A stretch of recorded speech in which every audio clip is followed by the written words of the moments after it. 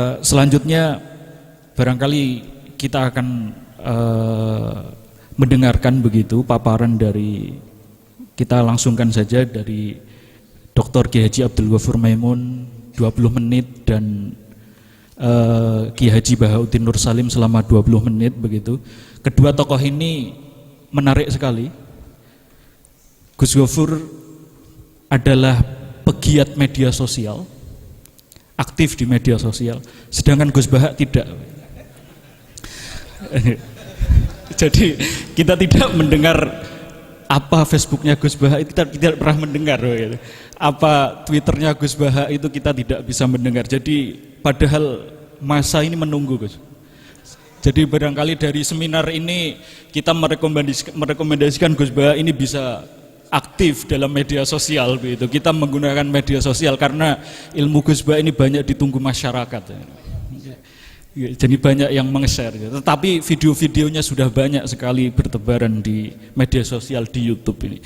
Jadi barangkali kedua tokoh ini sangat menarik sekali. Meskipun Gus Baha tidak menggunakan media sosial, tetapi sebagai pengamat media sosial barangkali.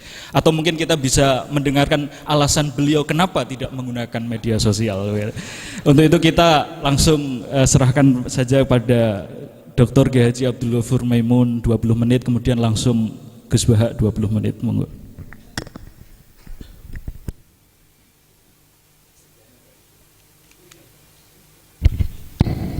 Assalamualaikum warahmatullahi wabarakatuh. Bismillahirrahmanirrahim. Tabarakalladzi nazzala al-furqana ala 'abdihi liyakuna lil-'alamin nadhira.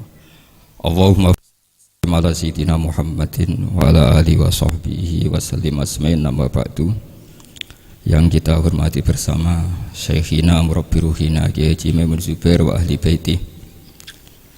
Juga gak lupa Mas Hakim sebagai direktur atau termasuk penguasa ya, penguasa TV 9 yang tadi mempromosikan TV 9. Karena ini nuansanya seminar, maka saya punya pemikiran yang berbeda biar kesannya itu udah kong kali kong. Saya melihat bahwa kita ini sudah subjek bukan objek. Karena setahu saya santri-santri itu misalnya ngapalkan alfiah capek, terus manfaatkan lihat sinetron. Jadi mereka itu alat untuk kita terhibur. Bukan kita diperalat sinetron, tapi kita memperalat sinetron. Misalnya tadi beliau cerita bapak-bapak jadi korban karena ibu-ibu melihat bapak-bapak yang ganteng pakai jas uangnya banyak. Sebetulnya ibu-ibu juga jadi korban karena nggak secantik yang di TV. Jadi ini penting saya ketahui. Begitu juga melihat Real Madrid misalnya. Kita ini kalau ngidolakan pemain lokal, kan datangkan pelatih, ngelatih itu mahal, bikin stadion mahal. Mendingan ngidolakan yang sudah jadi. Lagi-lagi mereka kita jadikan objek dari keinginan kita yang nggak mau repot-repot ya beli yang instan itu. Jadi ini mungkin yang saya beda dengan beliau. Saya ini sering ketemu para dokter, para profesor di Jogja. Bahkan saya bikin komunitas grup diskusi kematian. Itu profesor-profesor yang mau mati itu sering diskusi sama saya. Kenapa ini penting? Karena mereka bilang gini, Pak Baha, dunia ini pasti kita tinggalkan saja, perumusnya banyak. Masa kematian yang kita songsong nggak ada perumusnya gitu. Makanya kita bikin tim perumus kematian. Terus saya bilang, ini bedanya profesor sama intelektual. Kalau intelektual itu diskusikan yang profan, dunia itu profan, nanti habis. Kalau kematian itu abadi. Maka untuk orang jadi profesor, sarannya harus tahu tentang kematian. Dari provokasi ini banyak teman-teman diskusi kematian ini. Ini penting saya utarakan karena dunia apapun hebatnya seperti yang dipandang Mas Hakim, bisa dibalik juga. Misalnya orang bilang Israel nggak bisa dikalahkan, sebetulnya hingga sekarang pun Palestina nggak bisa dikalahkan. Hebatnya apa Israel? Nyatanya tidak bisa menghilangkan Palestina, paling di Google dihapus gitu saja. Sama, apa sih hebatnya punya TV banyak, pemirsanya banyak? Sebetulnya TV itu menggantung banyak pemirsa dan itu kita. Sebetulnya mereka yang bergantung kita, apa kita yang bergantung mereka? Zaman ibu-ibu belum ada sinetron, mereka terhibur, ngerasani tonggo, petanan, macam-macam. Artinya punya cara untuk hiburan. Lalu TV-TV ini menjadikan mereka objek untuk jadi kaya. Ini gimana supaya kita jadi kaya, mereka jadi pemirsa, jadi apa, macam-macam. Jadilah kita objek. Tapi karena kita orang pinter, ibu-ibu pinter, sebenarnya TV mereka subjek juga ibu-ibu. Delok bojone ra ganteng ya delok yang di TV kan gitu. Jadi ini pembanding saja karena ini acaranya seminar, nanti eksekutornya yang penasehnya Gus Yofur, muharirnya ini nanti itu. Jadi menurut saya ini saya seperti pesan Gus Iid, kita sersan saja, serius tapi santai. Karena setahu saya sering diskusi sama Gus Yofur, kemarin diskusi tentang waktu di Denmark, di Eropa itu disamakan, dikonversi waktu yang ada katulistiwa, apa setiap negara punya aturannya sendiri. Karena Denmark itu ada masa tertentu yang siang itu sampai 3 bulan. Sampai sekarang saya sering diskusi sama beliau tentang itu, terus tentang Mina Jadi, tentang macam-macam lah. Setahu saya begini ya, pernah ada guyonan di beberapa ulama, pernah dipertanyakan, cengkeh itu kan wangi, sehingga kalau kue tar itu dikasih cengkeh. Oke, kita sepakat dalam konteks bikin kue tar itu cengkeh dikategorikan pewangi. Lalu kategorinya adalah pewangi. Pertanyaannya berarti kalau orang haji, ihram, merokok itu wajib bayar dam karena pakai pewangi. Itu hampir putus. Karena dikonsensus oleh ahli-ahli pakar kue itu termasuk kategori pewangi. Tapi ketika ada pembanding ini Mas Agi, ini pentingnya pembanding. Lalu berarti orang Jumatan disunatkan rokok, kan harus pakai kesunatannya kan pakai pewangi gitu. Nyatanya tuntas juga. Enggak jadi, artinya keputusan itu udah jadi. Jadi kalau saya ditanya Gus Barok, cara ngelawan hegemoni barat atau derasnya media massa, ya sudah, kalau nggak punya kan nggak keserang. Makanya saya nggak punya gitu. Jadi orang susah ada gelombang pornografi kan karena lihat. Gus Barok mungkin lihat sehingga merasa ada gelombang pornografi. Lah saya kan tidak punya, makanya saya nggak serang. Karena dulu ngaji saya itu Darul Mafasid Muqaddamun ala Jalbil Masoleh. Kalau disara-saran saddan lidharo'e, kalau rawan bahaya ya tidak usah. Ya saya kira gitu, kira-kira alasan saya kena. Selain mungkin saya tidak kuat beli Gus Barok, tapi kan tidak pantas, saya termasuk orang yang dianggap keren terus nggak kelar itu, tidak mampu beli. Tapi yang saya mencintai anak-anak Anwar karena sealma mater dengan kita, dan nanti kalau misalnya ada tanya jawab ya biasa saja seperti dulu. Anda tidak harus yakin saya benar, meskipun Anda jangan yakin pendapat Anda benar. Tapi masalah media memang mulai dulu Banu Tamim itu pernah juga datang ke Rasulullah bilang innamat hanazinun wa dhammana syainun, itu masyhur. Ya Muhammad, kita ini iman tanpa dijajah Anda, kita iman karena bukan kalah perang, dan kita komunitas yang besar, sehingga perlakukan kami dengan khusus. Karena sekali saya muji Anda, maka pujian kita adalah menjadi zainun laka, menjadi hiasan, menjadi pencitraan yang bagus bagi Anda. Wa inna dhammana syainun, sekali kita mengkritik kamu maka kamu dalam bahaya, syainun, maka kamu akan hina.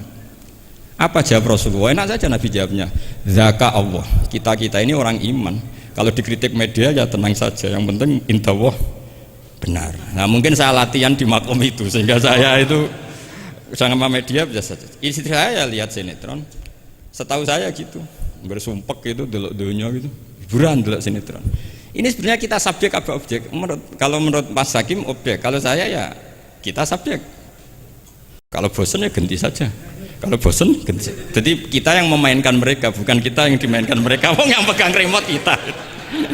Nah, saya kira ini yang ringan-ringan saja, seperti pesan Gus Iyad tadi, sersan itu serius tapi santai. Ya biasa saja menurut saya, ini zaman nggak bisa dilawan ya. Saya juga beberapa kali ketemu menteri, ketemu pejabat ya, kita sering diskusi. Kadang-kadang mereka bilang, Gus, mbok ya usul tentang sebetulnya tata negara itu kayak apa. Saya bilang ini basa-basi, ada pakarnya, tata negara itu sudah ada pakarnya. Kalau sampean tanya tata akhirat, saya jelaskan. Terus, ya tata akhirat itu kamu di dunia harus sujud. Dunia ini nanti profan, jabatan menteri itu profan. Kalau akhirat itu abadi. Akhirnya ngaji sama saya. Enggak bab itu tapi. Ini penting, bagaimanapun kita umatnya Nabi yang diamanati menyelamatkan umat ini sampai dunia akhirat. Kalau yang di dunia sudah ada spesialis ya kita terima, bagaimanapun orang Islam itu kalau bisa ya fid dunya hasanah. Tapi yang sudah agak-agak berKTP akhirat kayak saya jangan dipaksa. Ini penting ya, karena memang ayatnya wa fil akhirati hasanah gitu. Jadi kita tidak boleh hanya bicara kompetisi antar TV macam-macam. Kalau antar program pengajian mau saya, karena itu. Ya saya kira demikian, ini penting ya pembanding itu. Karena saya punya cerita ya, betapa Rasulullah SAW ini sangat-sangat akademik ya. Saya punya cerita agak serius. Setelah ini selesai, saya ini terakhir Gus Bara. Suatu saat ada seorang sahabat, ini yang disetujui atau diamini oleh para ahli tafsir. Dia perang gitu atau ditugaskan ke Nabi itu. Di kitab saya sahabat itu namanya Muhallam bin Jassamah. Saya nggak tahu kalau nama itu di kitab Anda karena beda kitab namanya beda. Dulu itu kalau saya jago Tyson, kok Tyson kalah, oh di TV saya Tyson menang gitu. Tapi semenjak ada real time katanya nggak mungkin itu. Kalau Tyson menang ya menang semua. Tapi kalau kitab itu beda. Di ayat idza darabtum fi sabilillahi fatabayyanu itu. Kemudian Muhallam bin Jassamah ini membunuh satu orang. Di kitab saya namanya itu Amir bin Atbad. Setelah dibunuh, padahal orang ini setelah terdesak melafadzkan la ilaha illallah Muhammadur Rasulullah. Dalihnya ini kan tentang informasi juga ya, ini kaitannya masih informasi, saya bukan menyempal dari tema. Ditanya sama Rasulullah, kenapa kamu tetap bunuh padahal dia sudah melafadzkan la ilaha illallah? Kata dia, innama qalaha muta'awwidzan, dia melafadzkan itu karena muta'awwidzan saja, ingin berlindung dari serangan kita. Kata Nabi masih ya Nabi itu kan nggak mudah terpancing emosi. Halla syaqaqta an batnik, mbok kamu bedal ya atau kamu bedah lah hatinya isinya kayak apa.